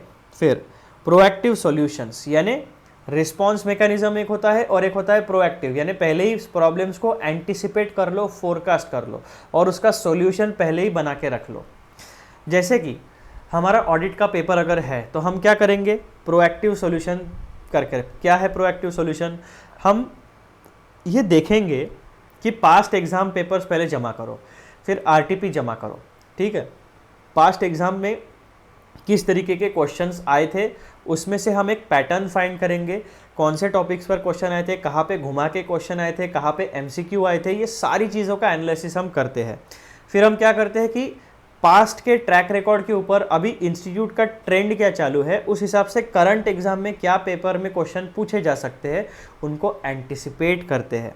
यानी कि हमने क्या किया, एग्ज़ाम में जो प्रॉब्लम या सवाल हमें पूछा जाने वाला है हमने पहले ही प्रोएक्टिव तरीके से तैयारी करके पॉसिबल क्वेश्चन के आंसर, यानी ये टॉपिक तो हम छोड़ नहीं सकते, इसे रिवाइज करके जाना ही है, तो इस तरीके से हमने प्रोएक्टिव तरीके से तैयारी की। Auditors can develop strategies to mitigate identified risk and resolve problems in a timely manner, avoiding last minute surprises, ठीक है। पॉइंट नंबर 3 क्या आता है मित्रों? फिर हमारा efficient and effective audit. Resource allocation. Proper planning helps in the efficient allocation of audit resources such as personnel, time and tools, ensuring that the audit is conducted smoothly and within the stipulated time. यानी हमारे जो resources हैं ना मित्रों, time, money, humans, energy, ये सारे limited हैं। उन लिमिटेड रिसोर्सेज का ज़्यादा से ज़्यादा ऑप्टिमम यूटिलाइजेशन करके हमें जल्दी से जल्दी ऑडिट को ख़त्म करना है, ठीक है, तो इसे कहा जाता है रिसोर्स एलोकेशन। फिर पॉइंट नंबर 2 में हमें क्या देखना है, स्ट्रीमलाइन प्रोसेस, यानी प्रॉपरली लॉजिकल मैनर में स्टेप वाइज हम प्रोसेसेस को एग्जीक्यूट करेंगे। A well structured plan facilitates a systematic and organized approach, reducing redundancies and enhancing the overall effectiveness of the audit process। तो जब आप प्रोसेस को streamline करोगे तो अपने आपकी ऑडिट प्रोसेस का ओवरऑल इफेक्टिवनेस बढ़ेगा, और जो रिडंडेंसी यानी जो ऑब्सोलीट चीज़ें हैं, जो रिपीटेटिव चीज़ें हैं, आप उसको कम कर सकोगे। फिर point number 4, selection of team members, expertise matching. Planning involves setting team members with the appropriate skills and expertise to address specific areas of the audit, ensuring that the audit team is well equipped to handle various challenges। अब income expense asset liability 4 category आपके पास है जिनमें आपको financial transaction को check करना है। उसके साथ साथ आपका आता है कैश फ्लो स्टेटमेंट, उसके साथ साथ आपके आते हैं notes and schedules to accounts. ठीक है, यहाँ पे आपको डिस्क्लोजर्स मिलने वाले हैं। तो basically income expense asset liabilities, notes, schedules यानी डिस्क्लोजर्स, उसके बाद में कैश फ्लो स्टेटमेंट, इतने एस्पेक्ट्स आपके ऑडिट के टीम मेंबर्स को आने चाहिए। साथ साथ companies act, LLP, PF act, gratuity act, environmental laws, labour laws, factory laws, general laws, जो बिजनेस कमर्शियल लॉज होते हैं वो, इनकम टैक्स, GST, ये सारी चीज़ें आपके एप्लीकेबल होने वाली है। जहाँ पे भी फाइनेंशियल ट्रांजैक्शन होगा, जहाँ पे भी आपका प्रॉफिट मोटिव होगा, बिजनेस ट्रांजैक्शन होगा, वहाँ पे इनकम टैक्स, GST लगने वाला है। तो उनके टर्नओवर के थ्रेशोल्ड्स, कौन से रिटर्न्स आपको कंप्लाई करने हैं, कहाँ पे आपको कंपनीज एक्ट में कंप्लाई करना है, सारी चीज़ें, ये सारी बातें आपके टीम मेंबर्स को पता होनी चाहिए।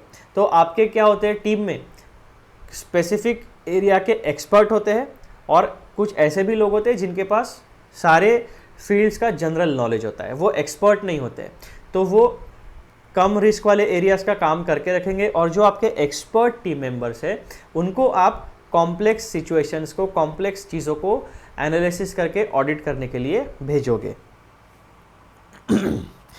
Point number 2, balanced workload. It helps in distributing task evenly among team members, preventing overload and promoting efficiency. यानी ऐसा भी नहीं होना चाहिए कि एक ही टीम मेंबर को पूरा काम करना पड़ रहा है और बाकी 3-4 टीम मेंबर मस्त आराम कर रहे हैं, ऐसा भी नहीं होना चाहिए।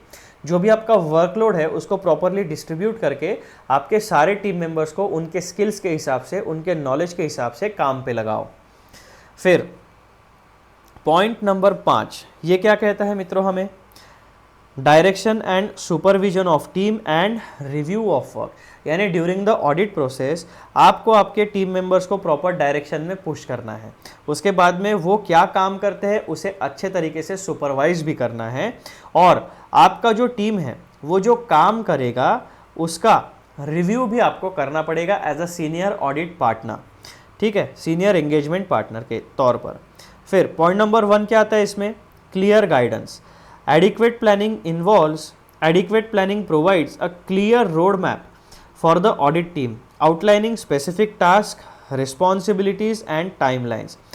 एकदम क्लियर कट गाइडेंस मिलता है आपके टीम मेंबर्स को। उसमें क्या होता है, स्पेसिफिक टास्क को आप लिखते हो, नोट डाउन करते हो, हर एक टीम मेंबर की रिस्पॉन्सिबिलिटीज़ को फाइनलाइज किया जाता है, और उन्हें स्पेसिफिक टाइम दिया जाता है कि इतने समय में ये काम करके आपको ऑडिट एविडेंस जनरेट करके मेरे पास लेके आना है, यानी एंगेजमेंट पार्टनर, सीनियर पार्टनर के पास लेके आना है। This guidance helps team members understand their roles and expectations. Point number 2, supervision and review. Planning facilitates effective supervision and review processes, ensuring that the audit work is conducted according to standards and many issues are promptly addressed। Basically supervision and review का जो काम है ये ensure करता है कि जितने भी स्टैंडर्ड्स ऑन ऑडिटिंग हमें फॉलो करने हैं वो सारे के सारे हमने तरीके से फॉलो किए हैं, कहीं पे भी हमने नॉन कंप्लायंस नहीं किया है। फिर बेनिफिट नंबर 6 क्या है मित्रों हमारे ऑडिट के प्लानिंग का, coordination with other auditors and experts. Integrated efforts in audits involving multiple auditors और एक्सपर्ट्स। अब जब बड़ा काम होता है, बड़े ऑर्गेनाइजेशंस का काम होता है, तो वहाँ पे क्या होता है, मल्टीपल ऑडिटर्स होते हैं और मल्टीपल एक्सपर्ट्स इन्वॉल्व होते हैं। In audits involving multiple auditors or experts, planning ensures that their efforts are well coordinated, promoting a cohesive and comprehensive audit approach. यानी झगड़ा नहीं होना चाहिए, अच्छे तरीके से मैत्रीपूर्ण वातावरण में काम होना चाहिए, किसी के ऊपर भी कोई प्रेशर नहीं आना चाहिए, एक कोहेसिव तरीके से यानी मिलजुल के काम होना चाहिए और कॉम्प्रहेंसिव तरीके से यानी कुछ भी छूटना नहीं चाहिए। ठीक है। Point number 2, specialised input.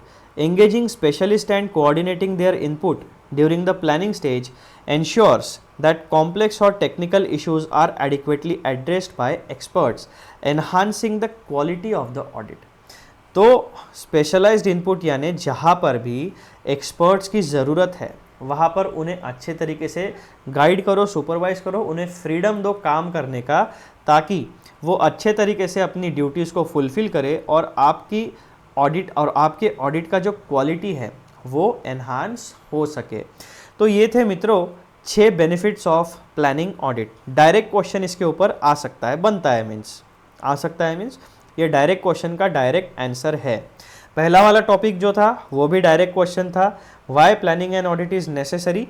उसके बाद में दूसरा वाला जो टॉपिक है ये भी डायरेक्ट क्वेश्चन है, what are the benefits of planning and audit, या क्या क्या चीज़ें हैं, उस हिसाब से आप देखो कि किस तरीके का क्वेश्चन बन सकता है। और उसका आंसर आपको डायरेक्टली मैंने पॉइंट वाइज तरीके से यहाँ पे एक स्ट्रीमलाइन तरीके से प्रोवाइड किया हुआ है।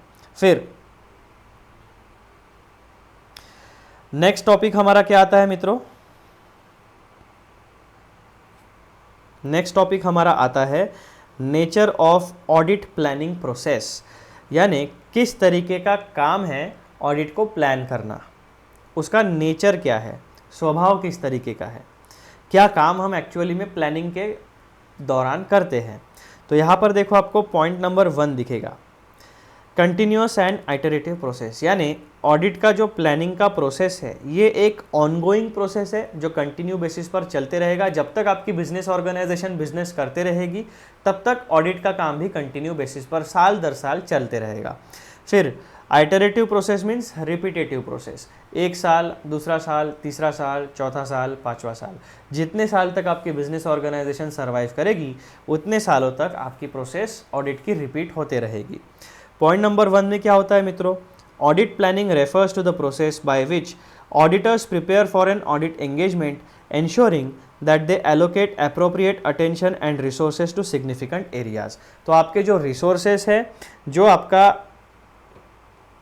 अटेंशन एंड रिसोर्सेस है, उन्हें सिग्निफिकेंट एरियाज में काम करने के लिए आपको लगाना है। Identify and resolve potential problems and conduct the audit effectively and efficiently, यानी जब जो हमने वाई नेसेसिटी एंड बेनिफिट्स जो देखे वो यहाँ पर हमने 3 लाइन में, बेसिकली ये 2 पैराग्राफ में उसका रिवीजन है। Audit planning refers to the process by which auditors prepare for an audit engagement, ensuring that they allocate appropriate attention and resources to significant areas, identify and resolve potential problems, and conduct the audit efficiently and effectively. It is a continuous and iterative process that begins shortly after the completion of the previous audit and continues until the completion of the current audit engagement. Point number 2. Audit planning is not a discrete phase but a continuous cycle that begins soon after the previous audit concludes and carries on until the current audit is completed. तो जो cycle मैंने आपको हिंदी में बताई थी उसी का representation यहाँ पे 2 पैराग्राफ में इंग्लिश में दिया हुआ है। This ongoing nature ensures that the planning process is dynamic and can adapt to any changes in the circumstances or new information that may arise। यानी जो एडेप्टेबिलिटी वाला नेसेसिटी हमने देखा था, बेनिफिट देखा था, वो वाला। तो नेचर ऑफ ऑडिट प्रोसेस कैसा है? ये एक कंटिन्यूअस एंड आइटरेटिव यानी रिपीटेटिव प्रोसेस है, एक साइकिल है जो साल दर साल रिपीट होती है, ये उसका बेसिक जिस्ट है। Point number 2, initial considerations. अब ये जो प्लानिंग की प्रोसेस है इसमें एज एन ऑडिटर आपको क्या क्या चीज़ें कंसिडर करनी है, किन चीज़ों का ध्यान रखना है। तो सबसे पहले Planning involves several considerations that must be addressed before auditor's identification of assessment of risk of material misstatement. These considerations includes, यानी जो initial considerations है उसमें पॉइंट नंबर 1, 2, 3, 4 और पॉइंट नंबर 5, ये इनिशियल कंसिडरेशंस आपको ध्यान में रखने हैं। पॉइंट नंबर 1 क्या कहता है? Analytical procedures. Applying analytical procedures as part of risk assessment to identify areas that may require more attention. कुछ ऐसे एरियाज होते हैं इनकम, एक्सपेंस, असेट, लायबिलिटीज़ में, ओवरऑल बिजनेस एंटिटी के एनवायरनमेंट में कि जहाँ पे आपको नेचुरली ज़्यादा चेकिंग करना पड़ेगा। क्यों? क्योंकि वहाँ पर झोल होने के चांसेस ज़्यादा है। झोल मतलब क्या? Material misstatement due to fraud और एरर। अगर फ्रॉड है तो बड़ा झोल है, अगर एरर है तो ठीक है, उसको हम माफ़ कर सकते हैं, लेकिन इंटेंशनल फ्रॉड को, इंटेंशनल झोल को हम माफ़ी नहीं दे सकते। तो ऐसी एनालिटिकल प्रोसीजर्स आपको यहाँ पर काम में आती है to identify risk of material misstatement. Point number 2 में हम क्या देखेंगे? Understanding legal and regulatory framework, यानी जो आपकी एंटिटी है उसको कौन से laws, rules and regulations apply करते हैं, ये आप लोग अच्छे तरीके से अंडरस्टैंडिंग गेन करोगे। Gaining a general understanding of the legal and regulatory environment applicable to the entity and ensuring compliance. क्योंकि जब तक आपके पास लीगल एंड रेगुलेटरी फ्रेमवर्क का नॉलेज नहीं है तो आप चेक क्या करोगे? आपके पास स्टैंडर्ड नॉलेज ही नहीं है तो आप वेरीफाई क्या करोगे? जब आपके पास नॉलेज है तभी आप उस नॉलेज के बेस के ऊपर वेरिफिकेशन का काम कर सकते हो। अगर आपके पास कॉम्पिटेंस ही नहीं है तो आप ऑडिट का काम नहीं कर पाओगे। तो यही चीज़ इन्होंने यहाँ पर बोली है। जिस भी एंटिटी का ऑडिट आप करोगे उसकी लीगल एंड रेगुलेटरी फ्रेमवर्क का अंडरस्टैंडिंग एज एन ऑडिटर आपके पास होना चाहिए। फिर पॉइंट नंबर 3 में आप क्या कंसिडर करोगे? डिटर्मिनेशन ऑफ मटेरियलिटी, यानी importance, risk areas, establishing the materiality levels for the audit to determine the nature, timing and extent of audit procedures। क्या क्या डिसाइड करोगे आप? Nature, timing and extent of audit procedures. Important point क्या है? Audit procedures. इससे जुड़े हुए 3 बातें हैं। क्या 3 बातें हैं? Nature, timing and extent of audit procedures. इनके बारे में आप कंसिडर करोगे कि आपको किस तरीके की ऑडिट प्रोसीजर्स करनी है, उनका टाइमिंग क्या होगा, उनका एक्सटेंट यानी कितने डिटेल में आपको काम करना है। फिर point number 4, involvement of experts, deciding whether experts need to be involved based on the complexity of the audit and entities operations। अब जब ऑडिटर को ऐसा लगेगा कि यार ये तो मेरे कॉम्पिटेंस के बाहर का सेगमेंट है लेकिन इसके बारे में मुझे ओपिनियन बनाना है, तो आप क्या करोगे? उस व्यक्ति को हायर करोगे, उस व्यक्ति को ऑडिट में इन्वॉल्व करोगे जिसे उस पर्टिकुलर कॉम्प्लेक्स सिनेरियो का, कॉम्प्लेक्स सिचुएशन का नॉलेज या एक्सपीरियंस या प्रोफेशनल स्किल उसके पास है। उससे आप समझ लोगे एज एन ऑडिटर और फिर अपना ओपिनियन बनाओगे। जो चीज़ हमें पता नहीं है उस चीज़ के लिए हम एक्सपर्ट्स को हायर करते हैं। ठीक है, इसे कहा जाता है इन्वॉल्वमेंट ऑफ एक्सपर्ट्स। यानी जब भी आप ऑडिट को प्लान करोगे तो ये पॉइंट्स आपको ध्यान में रखने हैं कि ऑडिट के दौरान आपको किन किन चीज़ों की ज़रूरत पड़ सकती है। क्या आपको एक्सपर्ट की ज़रूरत पड़ सकती है? क्या जो आपने मटेरियलिटी लेवल्स को डिटरमाइन करके रखा है क्या उनमें चेंजेस की ज़रूरत पड़ सकती है?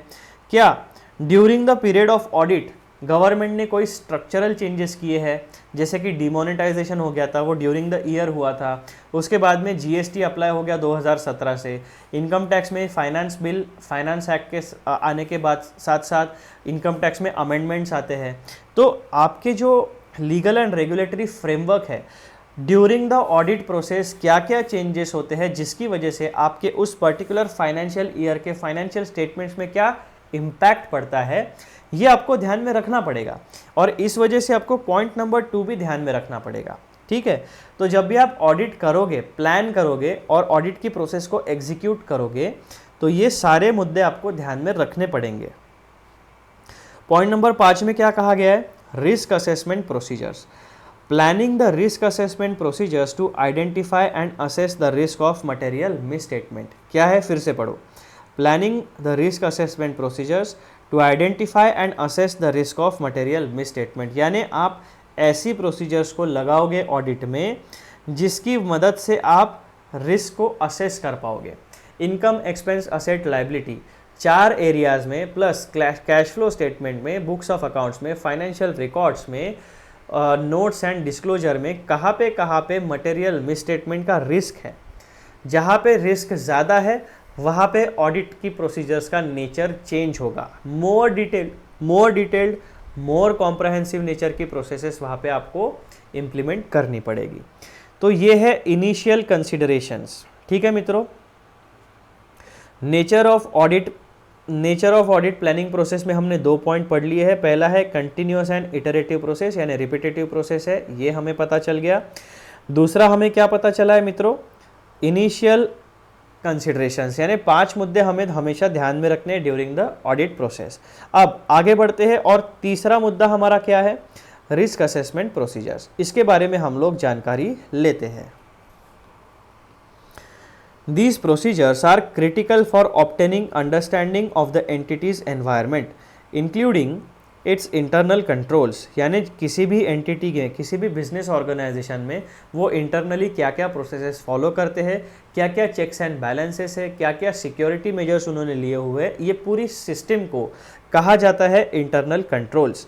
These procedures यानी risk assessment procedures are critical for obtaining understanding of the entity and its environment. यानी जिस एंटिटी का आप ऑडिट करोगे उस एंटिटी के बारे में जानकारी और उसके बिजनेस एनवायरनमेंट यानी इंडस्ट्री के बारे में जानकारी हासिल करने के लिए रिस्क असेसमेंट प्रोसीजर्स आपके काम में आती है। Including its internal controls, they help in identifying and assessing the risk of material misstatement due to fraud और error at both the financial statement and assertion levels. Point number 4, knowledge of legal and regulatory framework. Planning includes obtaining knowledge about the legal and regulatory framework in which the entity operates. For example, telecom companies in India are regulated by TRAI, while banks are regulated by the RBI. Understanding these frameworks is crucial for effective audit planning.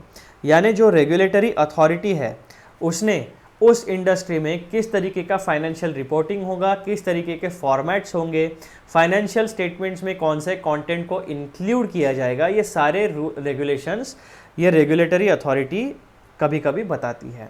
तो ऐसे cases में आपको regulatory framework किसी भी entity का पता होना चाहिए। ठीक है, फिर पॉइंट नंबर 5 क्या आता है मित्रों, मटेरियलिटी एंड एक्सपर्ट इन्वॉल्वमेंट। यहाँ पे आपको क्या समझना है, planning requires the determination of material और सिग्निफिकेंट मैटर्स।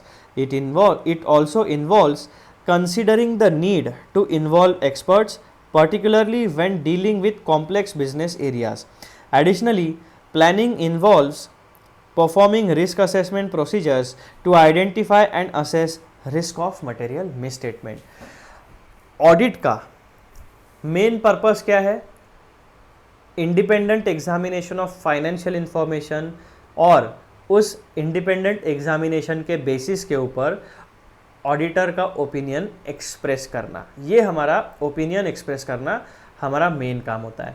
ओपिनियन किस तरीके का एक ऑडिटर देता है, रीजनेबल एश्योरेंस देता है, कभी भी एब्सोल्यूट एश्योरेंस नहीं दे पाएगा। तो पॉइंट नंबर 5 में आपको क्या ध्यान रखना है, मटेरियलिटी एंड एक्सपर्ट इन्वॉल्वमेंट। यानी जो ऑडिट ओपिनियन आप फॉर्म करोगे तो आपको मटेरियलिटी को भी कंसिडर करना है पूरे के पूरे फाइनेंशियल स्टेटमेंट्स के लिए, और आपके ओपिनियन को शेप करने के लिए अगर किसी एक्सपर्ट की ज़रूरत पड़े तो उसका ओपिनियन भी आपको लेना पड़ेगा, उस एक्सपर्ट की मदद भी आपको लेनी पड़ेगी। तो ये जिस्ट है पॉइंट नंबर 5 का। पॉइंट नंबर 6 में हमारे पास क्या है मित्रों, involvement of key engagement team members in planning audit. यानी एक अकेला बंदा सारा का सारा प्लानिंग नहीं कर सकता, आपके पास जो टीम है, जो आपकी एंगेजमेंट टीम है, जो आपके टीम मेंबर्स हैं, उनको भी अपने प्लानिंग प्रोसेस में आप इन्वॉल्व करिए। क्यों? ताकि वो भी वैल्यूएबल इनपुट्स, अपना एक्सपीरियंस वहाँ पे शेयर कर पाए और जब हम ओवरऑल डिस्कशन और डेमोक्रेटिकली सारी चीज़ों को डिसाइड करते हैं तो एक आदमी के पास जितना नॉलेज और एक्सपीरियंस है तो उसको ऐड कर उसमें वैल्यू एडिशन होती है जब अदर एक्सपीरियंस पीपल अपने अपने इनपुट्स उस व्यक्ति को बताते हैं। तो जब हम ओवरऑल एक्सपर्टीज को कंबाइन करके ऑडिट का प्लान बनाते हैं तो वो ज़्यादा इफेक्टिव होने के चांसेस बढ़ जाते हैं। इसीलिए पॉइंट नंबर 6 में कहा गया है involvement of key management team members in planning the audit. The engagement partner and other key members of the engagement team should be involved in the planning process. Their involvement leverages their experience and insights, enhancing the effectiveness and efficiency of the planning process. क्योंकि क्या होता है, जो actual में काम करते हैं उनको ग्राउंड रियलिटी पता होती है, तो जो आपके टीम मेंबर्स है वो एक्चुअल में ग्राउंड पे जाके आपके लिए काम करने वाले हैं, तो उनका जो एक्सपीरियंस अभी तक का है उस एक्सपीरियंस का फ़ायदा आप उठाइए, उन्हें भी प्लानिंग प्रोसेस में इंक्लूड करिए। फिर पॉइंट नंबर 7 में क्या आता है हमारा मित्रों, discussion of elements of planning with entities management. अब आप काम किसके लिए कर रहे हो, एंटिटी के लिए कर रहे हो। इसका मतलब क्या हुआ कि जो भी ऑफिसर इन चार्ज है, management and those charge with governance है, जो कंपनी के डेली ऑपरेशंस को चलाते हैं, आपको उनको भी अपने कम्युनिकेशन के लूप में रखना पड़ेगा। क्यों? क्योंकि आप उनको बताओगे कि भैया हम लोग इस डेट से लेकर इस डेट तक आपका स्टैट्यूटरी ऑडिट कंडक्ट करने का प्लान कर रहे हैं, तो वो लोग भी क्या करेंगे, सारे आपके लिए स्पेसिफिकली उनके फाइनेंशियल रिकॉर्ड्स का एक्सेस तैयार करेंगे, आपको एक्सेस देंगे। कुछ उनके जो अकाउंटिंग डिपार्टमेंट या ऑडिटर डिपार्टमेंट के जो ऑडिट डिपार्टमेंट के जो ऑफिसर होंगे उनको वो बता के रखेंगे स्पेसिफिकली कि मित्रों आपको इस डेट से लेकर इस पर्टिकुलर डेट तक ऑडिटर की टीम आएगी या ऑडिटर आएंगे, उनको सपोर्ट करना है, उनको जो भी चीज़ें लगती है उनको प्रोवाइड करिए, इन्वेंट्री का फिजिकल वेरिफिकेशन कराइए, फिक्स्ड असेट्स का फिजिकल वेरिफिकेशन कराइए, उनको जो भी फाइनेंशियल रिकॉर्ड्स रखते हैं उन्हें प्रोवाइड करिए, प्लस उनकी जो भी इंक्वायरीज रहेगी, जो भी क्वेरीज रहेगी उनको भी एड्रेस करना पड़ेगा। दैट मीन्स जो एंटिटी का एम्प्लॉई होता है, जो काम करने वाला व्यक्ति होता है उस ऑर्गेनाइजेशन का, उसको खुद के डेली काम भी करने हैं जो रोज़ ऑफिस में आके करता है, प्लस ऑडिट के सीज़न में उसको ऑडिटर को भी सपोर्ट करना है। तो इसीलिए क्या होता है कि जो भी आपका ऑडिट का काम है वो आप अपने एंटिटी के मैनेजमेंट के साथ एक आउटलाइन शेयर करें। डिटेल ज़्यादा शेयर करने की ज़रूरत नहीं है, आउटलाइन शेयर करिए ताकि आपका पूरा का पूरा काम अच्छे तरीके से मैनेज हो पाए। अब क्या होता है कि अगर आप बिना बताए पहुंच गए किसी के यहाँ पे ऑडिट करने के लिए, तो हो सकता है कि वो पर्टिकुलर एम्प्लॉय जो अकाउंट्स डिपार्टमेंट का है वो छुट्टी पे गया हो, है ना, वो उसने वैकेशंस प्लान करके रखे हो, तो ऐसा हो सकता है। तो ये रियल लाइफ प्रैक्टिकल प्रॉब्लम्स है।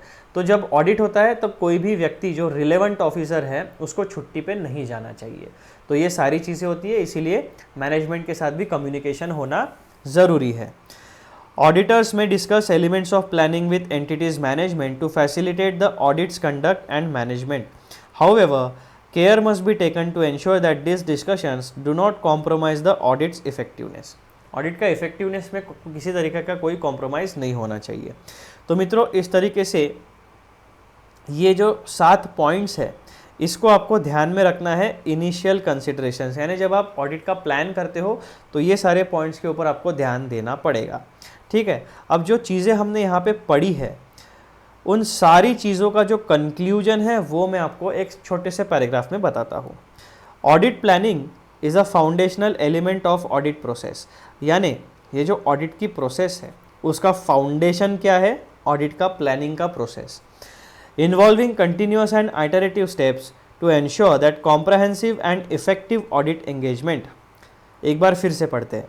Audit planning is a foundational element of audit process, involving continuous and iterative steps that ensure comprehensive and effective audit engagement.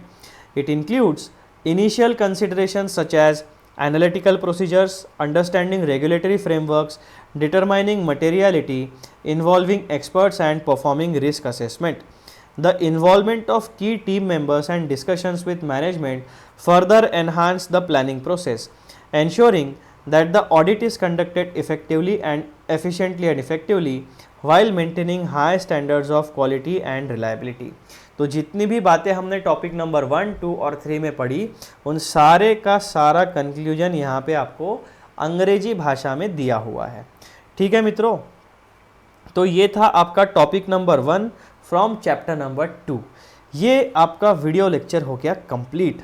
अब इसमें जो भी आपको डाउट है वो आप कमेंट सेक्शन में मुझे पूछ सकते हो, अदरवाइज़ आप फिर से रिपीट वीडियो देख सकते हो अगर आपको कोई पोर्शन समझ में नहीं आया है। जितना भी नोट्स आपको स्क्रीन पे दिखता है पॉज कर करके उसको अच्छे से पढ़िए सारे। जब तक आप ये टेक्स्ट प्रॉपरली पढ़ोगे नहीं तब तक आपके दिमाग में चीज़ें घुसेंगी नहीं। ठीक है, मेरा काम तो मैं कर दूंगा पढ़ाने का, लेकिन जो पढ़ने का काम है वो आपको खुद को करना पड़ेगा।